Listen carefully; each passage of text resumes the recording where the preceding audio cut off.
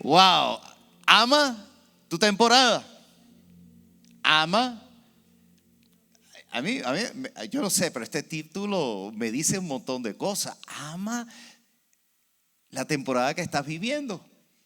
Y el verso que hemos estado utilizando es Eclesiastés 3:1, cuyo autor es el Salomón, el sabio Salomón, el rey Salomón, hijo del rey David, un hombre que dice que su fortuna no había nadie comparado a él y su sabiduría nadie comparado a él. Pero con todo y la fortuna y la sabiduría cometió errores en su vida e hizo cosas incorrectas, heavy, feas. Y ya antes de morir, en sus 60 y pico de años, creo que fue 62 que él murió, joven, como consecuencia de sus propias malas decisiones, porque las personas acortan su vida con sus malas decisiones, y es algo que la gente no entiende. Y así al revés, las buenas decisiones alargan tu vida. Él escribe estos libros con grande sabiduría, y ahí nos dice, en el primer verso del capítulo 3 de Eclesiastés, hay una temporada para todo. Interesante, hay una temporada para todo. Pero después dice, un tiempo para cada actividad bajo el cielo. Y hay una diferencia entre temporada y tiempo. Eso es bien importante que lo anotemos, porque la temporada es una etapa de tu vida. Es el momento que tú estás viviendo. Es un tiempo que estás pasando, que puede ser la niñez, la juventud, ser soltero, ser viudo o viuda. Son temporadas en la vida. Y hoy voy a hablar sobre la temporada del matrimonio. Y vamos a estar estos próximos domingos hablando de un tema que es sumamente importante.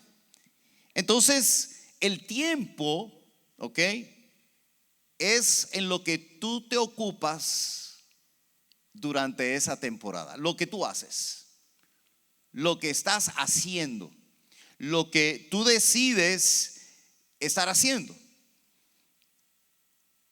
Esto se lo voy a contar acá entre nosotros. Acá esta mañana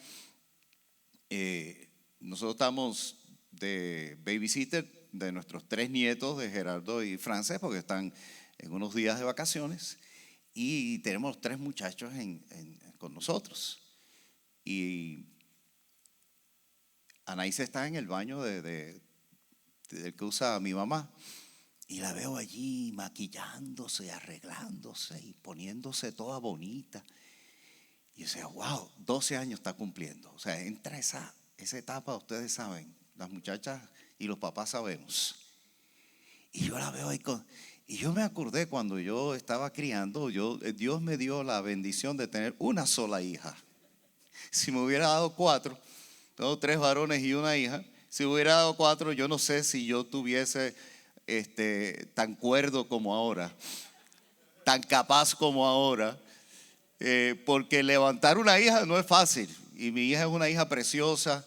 Pero yo me acuerdo de esa etapa. Entonces ya en esa etapa yo no la dejaba que se maquillara ni nada de eso. O sea, para mí mi conciencia y mi mentalidad era que en esa temporada de esa edad no se maquillan las niñas, y mi hija le gustaba todas esas cosas. Y yo mirando a mi nieta y veo cómo los tiempos cambian, ¿verdad? Es otra temporada, decimos nosotros. Lo decimos en otra forma, decimos esto son otros tiempos. Los que están criando ahora definitivamente están en otros tiempos. Pero lo estaba disfrutando, estaba viéndola poniéndose bella y preciosa. Y yo decía, wow, qué lindo esa etapa, ese tiempo, esa temporada que ella está viviendo. Por eso cuando leemos en Eclesiastés unos versos más adelante, que en la primera participación mía les compartí, pero le voy a añadir otro verso, que es el verso 3. Dice, un tiempo para derribar y un tiempo para construir, un tiempo, verso 8, para amar y un tiempo parodiar. Siempre que yo leía ese pasaje, porque esto hay un tiempo para esto, un tiempo para aquello, un tiempo para acá, yo pensaba que era algo que decía, o sea, tiempo de guerra y tiempo de hacer paz. Y parecía como que eso fuese así. No, el concepto que el sabio Salomón nos está diciendo es que en la temporada que tú estás viviendo, tú decides cómo inviertes tu tiempo. ¿Qué haces? O construyes o destruyes. Esa es tu decisión. O sea, si estás casada, o tú construyes tu matrimonio o lo destruyes. Simple, sencillo. Si estás soltero, o tú construyes tu vida o destruyes tu vida. Y nosotros hemos visto vidas destruidas por decisiones. Nadie destruye su vida porque le cayó la destrucción arriba. Es una decisión. Es una decisión de la voluntad. ¿Qué estás haciendo que construye tu vida? ¿Qué estás haciendo que destruye tu vida? ¿Me siguen? Y la sabiduría está en tomar la mejor decisión.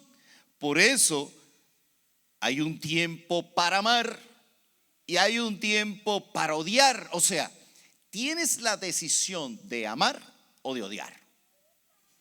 Eso está delante de nosotros. ¿Ok?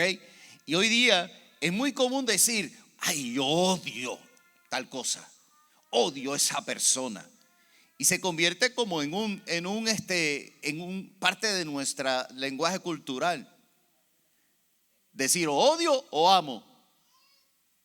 Ustedes perdonen a mi nieto que está interrumpiendo mi mesa. No, mentira, no está interrumpiendo nada. Él puede hacer todo el grito que quiera, tiene permiso. Entonces, hoy vamos a hablar sobre ama tu temporada de casado. Diga conmigo, ama tu temporada de casado o casada. Casado con Z. Casado o casada. El domingo pasado, Dani trajo un pasaje bíblico, el capítulo 7 de Primera de Corintios. Y yo les tengo que confesar que yo peleaba con Pablo en las cosas que dice ahí. Y era una lucha, para mí una lucha teológica, emocional, intelectual, porque él dice unas cosas que yo digo, hello Pablo, espérate, no estoy de acuerdo contigo, Pablo. Uy, pero Pablo está hablando bajo la inspiración del Espíritu Santo, entonces no es con Pablo que me estoy metiendo, es con el Espíritu Santo que está hablando a través del apóstol Pablo. Pero me pongo a estudiar y a entender realmente lo que está queriendo decir el apóstol Pablo. En 1 Corintios 7 hay dos versos sumamente interesantes. Porque tengo que preguntarles, ¿estar casado es bueno o malo? Y no me conteste, por favor, pero va a depender de tu situación actual. Si la estás pasando como un honeymoon, olvídese, usted va a decir, casado es lo mejor. Pero si usted tiene un marido de esos buena gente por el lado, o una mujer que algunos de ustedes van a decir malo. No, pero aquí no. Aquí todo el mundo que está casado es bueno o malo. Y todos los solteros que están pensando en algún momento contraer matrimonio, usted no va a dejarse llevar por las malas referencias. Porque si sus papás lo que tienen es una pelea de gallos en la casa, o un lío de eso, esas no son las mejores referencias. Pero aquí el apóstol Pablo nos dice una cosa interesante, que de momento se pueden coger como que casarse es malo, no es bueno, o no es lo mejor, o no es la mejor decisión. Mire lo que dice, ya no voy a entrar con más preámbulos. Miren, dice, quisiera que estén libres de las preocupaciones de esta vida. Mira cómo empieza él. Quisiera que estén libres de las preocupaciones de esta vida. Entonces empieza a definir, un soltero puede invertir su tiempo en hacer la obra del Señor y en pensar cómo agradarlo a Él. Y Dani habló sobre eso el domingo pasado, el propósito, realmente la razón de la temporada de ser soltero es para servir a Dios. Ahora aquí está el conflicto, pero, diga conmigo, pero Pero el casado tiene que pensar en sus responsabilidades terrenales y cómo agradar a su esposa. O sea, él primero está diciendo, quisiera que estén libres de preocupaciones. O sea, pensar en que tengo que agradar a mi esposa es una preocupación. Ustedes me están captando lo que estoy. O sea, como que suena medio, hello, Pablo, pero ¿qué es lo que te pasa a ti? Entonces dice, verso 34, sus intereses están divididos. De la misma manera, una mujer, gracias a Dios que aquí incluyó a la mujer, ¿verdad? Una mujer que ya no está casada o que nunca se ha casado puede dedicarse al Señor y ser santa en cuerpo y en espíritu. Y acuérdense que la palabra santidad es apartados, ¿ok? La palabra santidad es apartados. Puede estar apartada en cuerpo y en espíritu. Pero una mujer casada tiene que pensar en sus responsabilidades terrenales y en cómo agradar a su esposo. ¿Negativo o positivo? ¿Estar casado es negativo o positivo? ¿Qué es mejor, estar soltero o estar casado? Pablo, me metiste en un problema. Porque yo siempre, cuando soltero, quería casarme. Y Dani dijo que exactamente lo mismo, que su deseo era casarse. Y lo interesante de esto es que los dos, yo en mi juventud y él en su juventud, conocíamos a Jesús, servíamos al Señor Jesús. O sea, estábamos sirviendo al Señor Jesús. Y Pablo me está diciendo a mí que en aquel momento, aquella temporada de soltero, era mejor que me quedara soltero para que siguiera sirviendo a Jesús full time. Y si yo lo interpreto así, literalmente lo que me está diciendo es que no me casara, no te cases. Si te casas, dice en otro verso aquí mismo en el 7, no estás pecando, pero mejor quédate solterón. Sin embargo, mi mentalidad en aquella época, yo se las compartí en el primer mensaje, yo les dije, mi mentalidad es que yo me sentía incompleto, que yo no podía servir al Señor Jesús como soltero. Primero tenía unas cuantas admiradoras a mi alrededor que no me dejaban tranquilo. Yo siempre le cuento la historia de cuando yo era el líder de un grupo de conexión en la universidad y era el director nacional de los ministerios estudiantiles, era el que dirigía todo el trabajo misionero en las universidades en la isla de Puerto Rico. Pero en el recinto de Río Piedra, la Universidad de Puerto Rico, recinto de Río Piedra, yo tenía un grupo de conexión y el 95% eran mujeres. Entonces, un amigo y hermano y un discípulo que estudiaba con Ana en la universidad, la invita y la trae al grupo de conexión. Miren, cuando ella llegó, el flechazo fue rápido. Cuando yo vi a aquella mujerota y entrando por allí, no olvídese, inmediatamente esa era. Esa es. ¿Saben qué pasó? En las próximas reuniones del grupo de conexión, que ella siguió viniendo, se vació el grupo de conexión. Todas las chicas se fueron. ¿Por qué habrá sido? Yo era un solterón de 24 años, así que se puede imaginar, o sea, líder y todas esas cosas. Pero yo decía, o sea, definitivamente yo tengo que casarme para poder estar completo y servir al Señor. El apóstol Pablo, el punto no es si es bueno o es malo, si cuál estatus o cuál temporada es mejor. Lo que él está diciendo es lo que debe ser la mentalidad correcta de nosotros en saber que no importa la temporada, servir al Señor es la prioridad.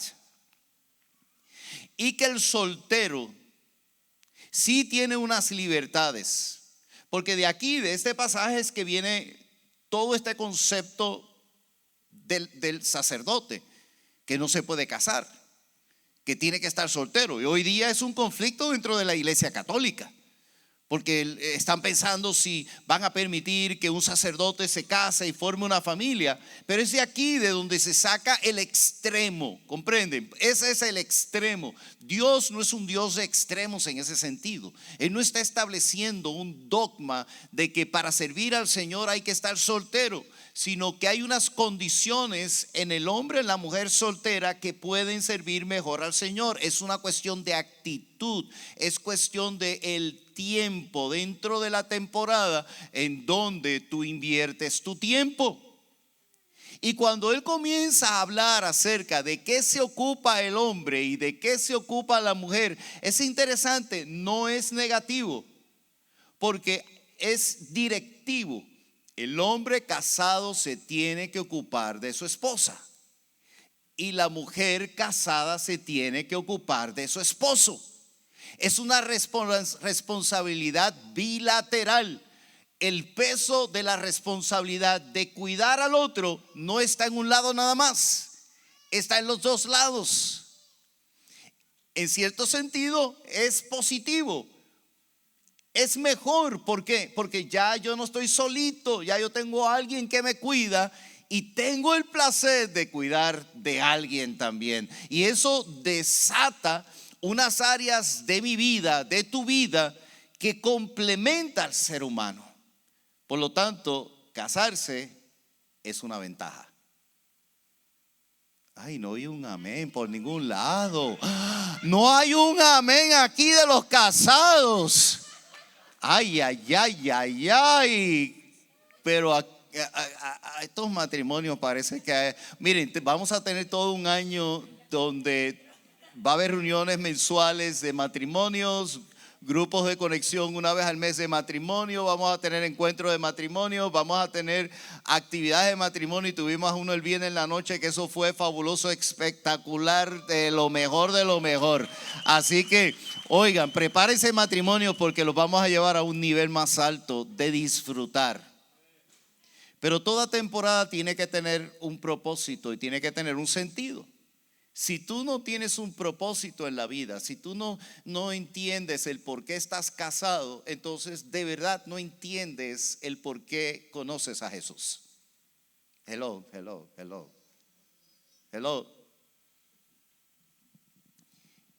Cuando yo conocí a Jesús como mi Salvador, era un adolescente, estaba entrando a mis 16 años. Fui llevado a la iglesia desde pequeñito, desde bebé. Mi abuela obligó a mis padres que me llevaran a la iglesia. Conocí el evangelio desde pequeño, pero cuando yo de verdad tuve encuentro con Jesús, aquella noche que yo me sentía vacío, no era un muchacho malo, no estaba yo haciendo barbaridades ni nada de eso, era simplemente una experiencia existencial, porque una persona que no tiene a Jesús en su vida está vacío. Y yo, gracias a Dios, que encontré ese vacío cuando era un adolescente, estaba jovencito. No vine a encontrar ese vacío ya con canas y viejo, con respeto a los que lo están encontrando recientemente, sino fui joven. Y ese vacío, esa noche, cuando yo le pedí a Jesús que tomara el control absoluto y total y el dominio y se hiciera dueño de mi vida, y cuando yo entregué mi vida y acepté que Él tomara mis pecados en aquella cruz, mi vida cambió, fue transformada. Pero eso no fue un fin en sí mismo. Cuando uno tiene ese encuentro personal con Jesús, ahí no se queda todo. O sea, imagínese que usted pare un bebé y lo celebra y se van y lo dejan. ¡Lo logramos! ¡Nació! Y se fueron y lo dejaron. Porque el fin fue que naciera. Pero ya no hay más nada. No. Cuando una persona nace, cuando un ser humano nace, comienza una vida. Y esa vida comienza con un propósito. Y los padres, su responsabilidad es enseñarle a vivir la vida conforme a como Dios establece que debe vivirla. Nosotros entrenamos a nuestros hijos. Quiere decir que cuando usted nace de nuevo, cuando usted tiene esa experiencia, viene con un propósito. Viene con una dirección. Usted entra a una vida que si no ha recibido a Jesús como su Salvador, no va a poder vivirla. Porque esto no es religión. ¿Me estoy explicando? Esto no es religión. Como no es religión, sino una relación, toda relación crece. Y usted comienza una vida conociendo al Padre que le dio la vida. Y al compañero que va a estar con usted toda la vida, que se llama el Espíritu Santo. Y aquel que dio su vida por usted, que es su Salvador y Señor, se llama Jesús. ¿Estamos claros?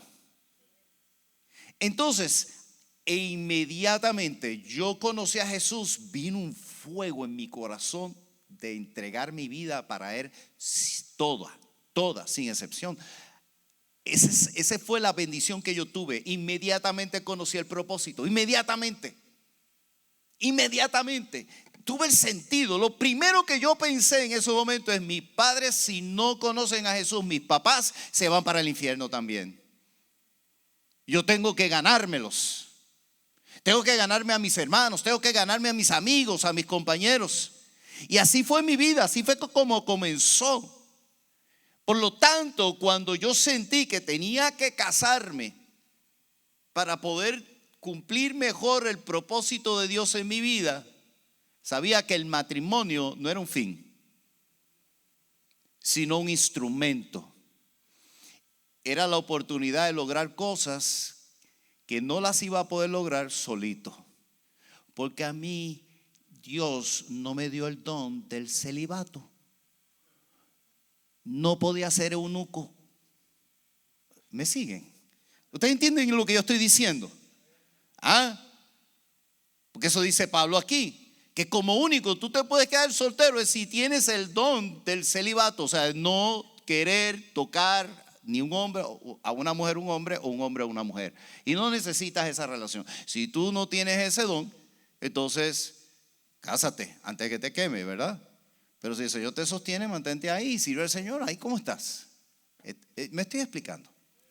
Por lo tanto, yo descubrí en mi temprana edad el propósito del matrimonio, el concepto del matrimonio. Eso es una bendición, eso es un privilegio. O sea, y ustedes están recibiéndolo, algo que yo lo recibí soltero, muy joven, y que cuando me casé con Ana, la pastora, ya yo sabía que no estaba casándome simplemente por casarme.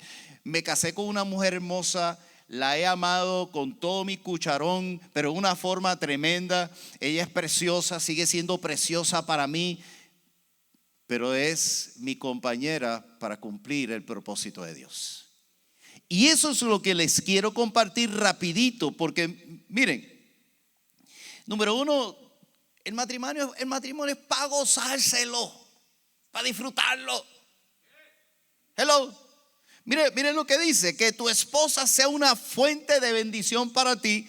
Alégrate con la esposa de tu juventud y viceversa, porque al hombre, a la mujer le dice lo mismo.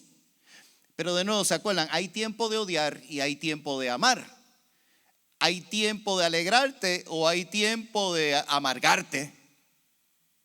Hay tiempo de decir que tu matrimonio es una maldición o es una decisión que sea una bendición. Y cuando yo me casé con mi amada esposa, yo decidí que esa esposa de mi juventud era mi bendición. Esa fue una decisión. O sea, eso no es algo que te llega. No, eso es algo que tú decides. Yo me estoy comunicando. Que sea tu marido o tu esposa una bendición es tu decisión, no la del otro. ¿Ok? Que sea tu alegría o sea tu amargura es tu decisión, no la del otro. La cultura del mundo en que nosotros vivimos es que el otro tiene la responsabilidad de hacerme feliz. Y esa es una cultura egoísta y egocéntrica. No es conforme al diseño de Dios. Por eso fracasamos.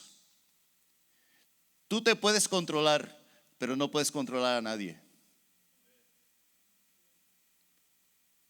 Las expectativas que tú tienes las debes de tener de ti mismo, pero no puedes tener expectativa de nadie. Y todo el mundo se casa con expectativas. Y esas expectativas son un nivel tan alto que probablemente la mujer que tienes a tu lado o el marido que tienes a tu lado no cumple la medida, por lo tanto lo declaras fracasado y te conviertes en un amargado. Porque no haces de la relación una bendición. No haces de tu esposa o de tu esposo una alegría. Yo decidí, jovencito a los 25 años en aquel altar, que ella iba a ser mi bendición y mi alegría. Y todavía decido que ella sea mi bendición y mi alegría. ¿Por qué? ¿Porque ella cumple mis expectativas? No. ¿Porque ella hace todo lo que yo quiero? No. ¿Porque ella es perfecta? No. Porque yo decidí. Y tú eres el que decides. Si eres un amargado o una amargada, tú decidiste tomar el tiempo para ser un amargado o una amargada. Es tu tiempo dentro de una temporada que te la dio Dios para disfrutarla. ¿Están conmigo? Entonces, uno de los propósitos grandes es alegrarte, disfrutarlo. Es una bendición. Una de las cosas que compartí el viernes en la noche y se lo quiero repetir hoy, la temporada de casado es un tiempo de pactos, es de pactar. Mire, Malaquías 2:14 dice, y se preguntan ¿por qué? Pues porque el Señor ha visto que has sido desleal con la mujer de tu juventud, con tu compañera con la que hiciste un pacto. La palabra establece que los votos son pactos. Dios es un Dios de pacto. Y los pactos de Dios son unilaterales. Y Él nos enseña como padre a cómo nosotros ser como hijos. Los pactos nuestros son unilaterales. Hello. Estos son verdades, estos son fundamentos, estos son principios, son columnas de nuestra vida. Tú pactas con tu esposa o con tu esposo unilateralmente, así como Dios pactó contigo unilateralmente. Porque Él no dijo, voy a entregar mi vida por ti si tú no. Él entregó su vida por ti a pesar de ti. Y por eso eres salvo por gracia, no porque te lo mereces. Decisión unilateral de Él. Por eso el perdón es unilateral. No es a consecuencia de la actitud del otro. No, yo te perdono porque te perdono, aunque no me pediste perdón. ¿Cuántas veces? Jesús le dijo 70 veces, hasta 70 veces 7 perdonas. ¿Cuántas veces me ha ofendido ella? No lo suficiente para perdonar lo que se te mandó a perdonar. Hello. ¿Están aquí? ¿Están conmigo? ¿Por qué? Porque Dios te perdonó, tú siendo un sinvergüenza o una sinvergüenza. No te merecías que te perdonara y te perdonó. Si Él te perdonó a ti, ¿por qué tú no puedes perdonar? Sin condiciones. Entonces, cuando vivimos con el pacto, el Señor está diciendo que si tú no cumples con el pacto, Él no te va a escuchar. No va a oír tus oraciones. No te va a bendecir. Porque Dios te obliga a ser como Él. Un hombre, una mujer de pacto. Si yo pacté contigo en amarte hasta que la muerte nos separe, yo tengo la obligación de amarte aunque la muerte nos separe. ¿Y con qué amor yo te voy a amar? Aunque no me sale emocionalmente, con el amor que ya Dios sembró dentro de mí. Entonces no tienes excusa.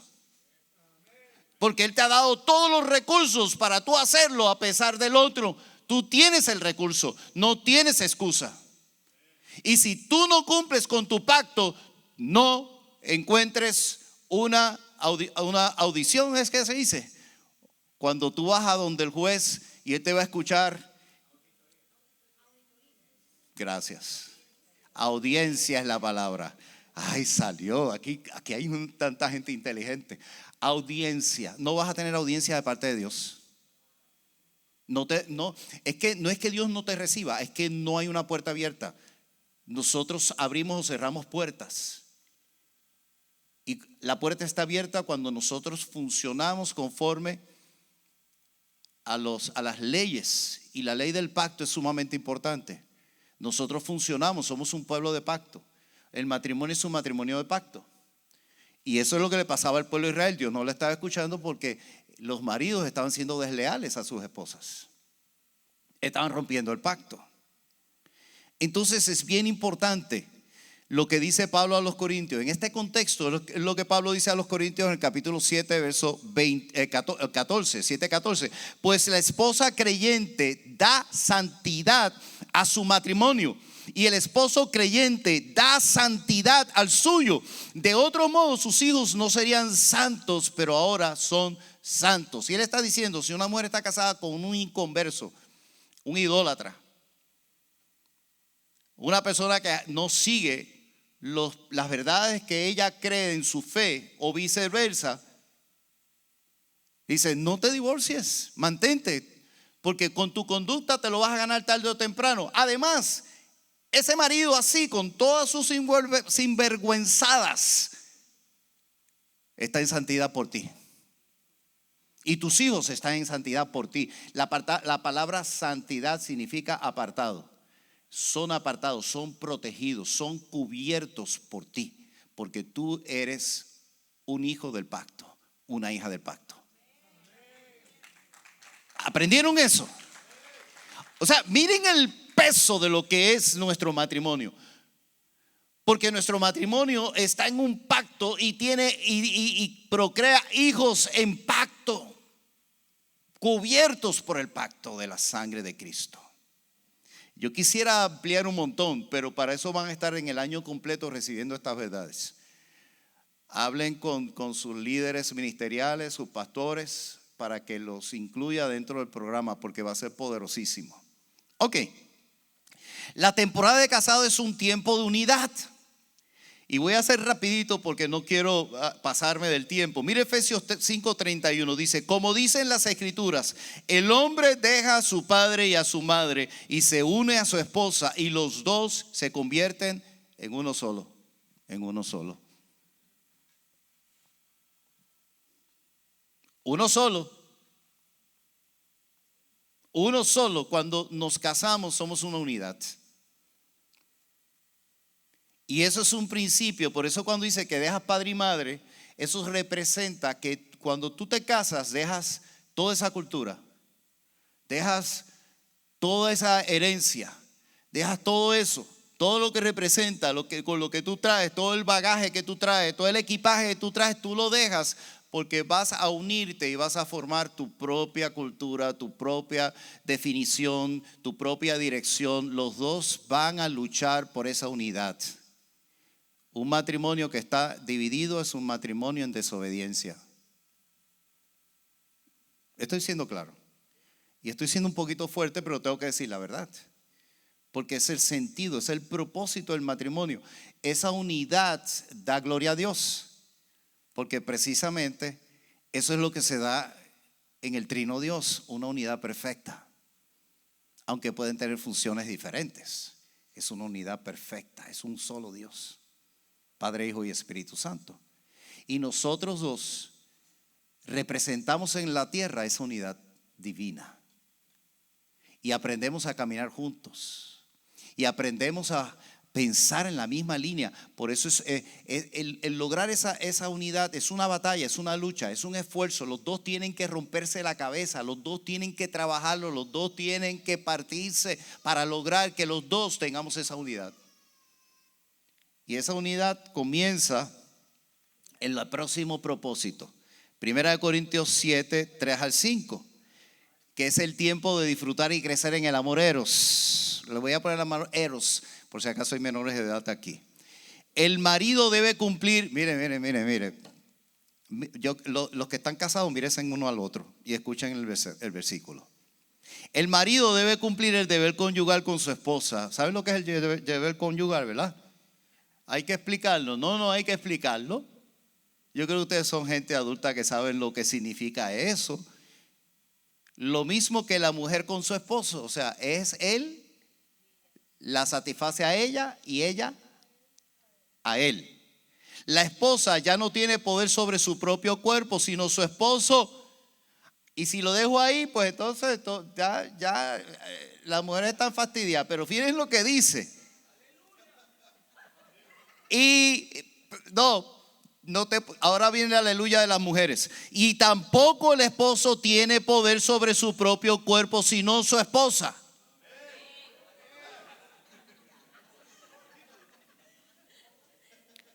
No se nieguen el uno al otro, no se nieguen el uno al otro. Este es un mandato de Dios. No se nieguen el uno al otro, a no ser por algún tiempo de mutuo consentimiento para dedicarse a la oración. Y aquí hay unos tan espirituales que lo único que hacen es orar.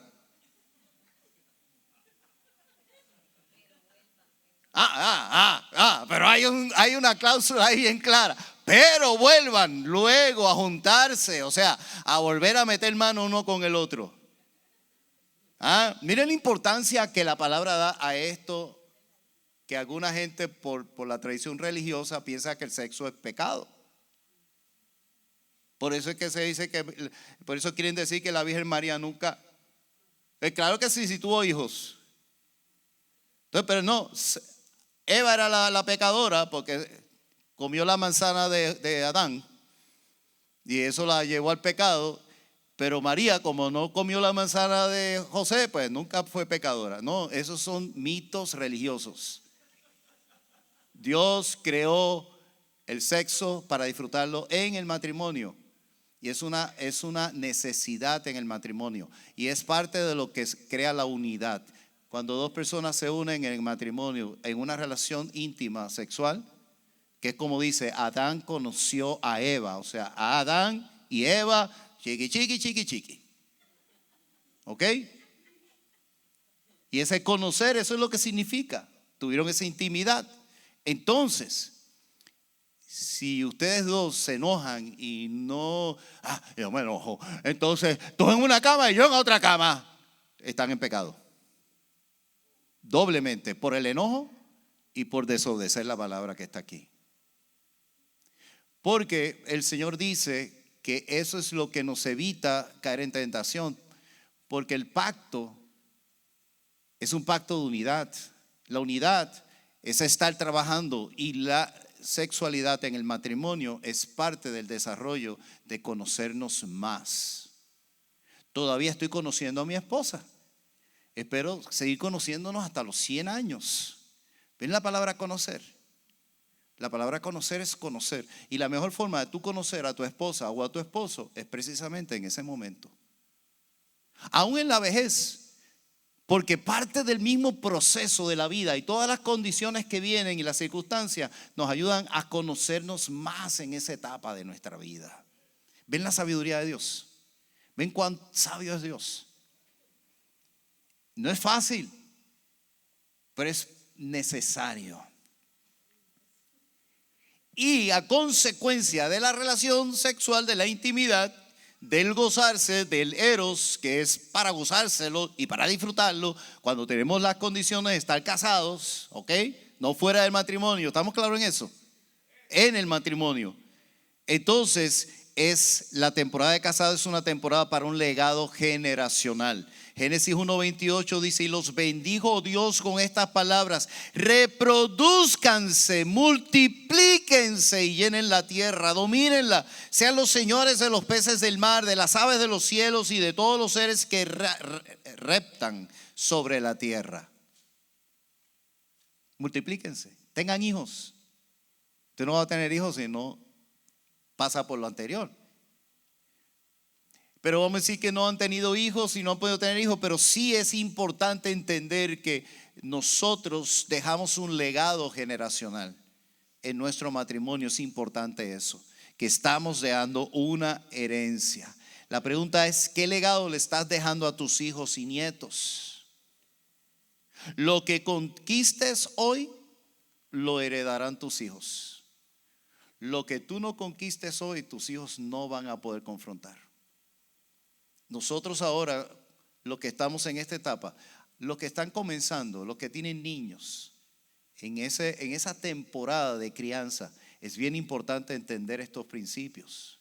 Yo me acuerdo en mi temporada cuando tenía a mis hijos ya jóvenes. Otra temporada. Y ahora estamos en la temporada de lo que se llama el nido vacío. Ya entonces estamos de abuelos. Y nosotros entendemos cada temporada y hacemos todos los ajustes para disfrutar, para que la temporada que estamos viviendo sea una temporada de bendición, que seamos sumamente felices y entender el propósito que tenemos de parte de Dios para ese momento. La temporada de casado es el tiempo de dar testimonio y hay que proteger el símbolo. Y con esto termino. Efesios 5:25. Para los maridos, eso significa: ame cada uno a su esposa tal como Cristo amó a la iglesia.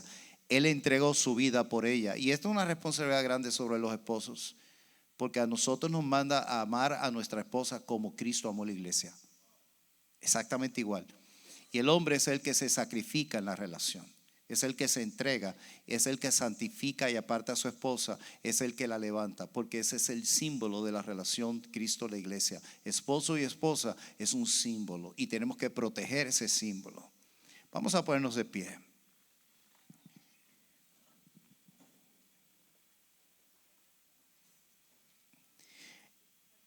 Pablo una y otra vez exhorta y dice: por favor, entiendan, hagan todo lo posible. Hagan todo lo posible para servir al Señor. Pónganse de acuerdo. Esposos, pónganse de acuerdo. Usted está aquí en una congregación muy bendecida, muy especial. Tenemos un grupo de líderes, de servidores, gente con un corazón muy especial, con unos talentos tremendos. Y nosotros desde que comenzamos siempre hemos motivado a que sean los matrimonios que sirvan. Porque el matrimonio es una unidad.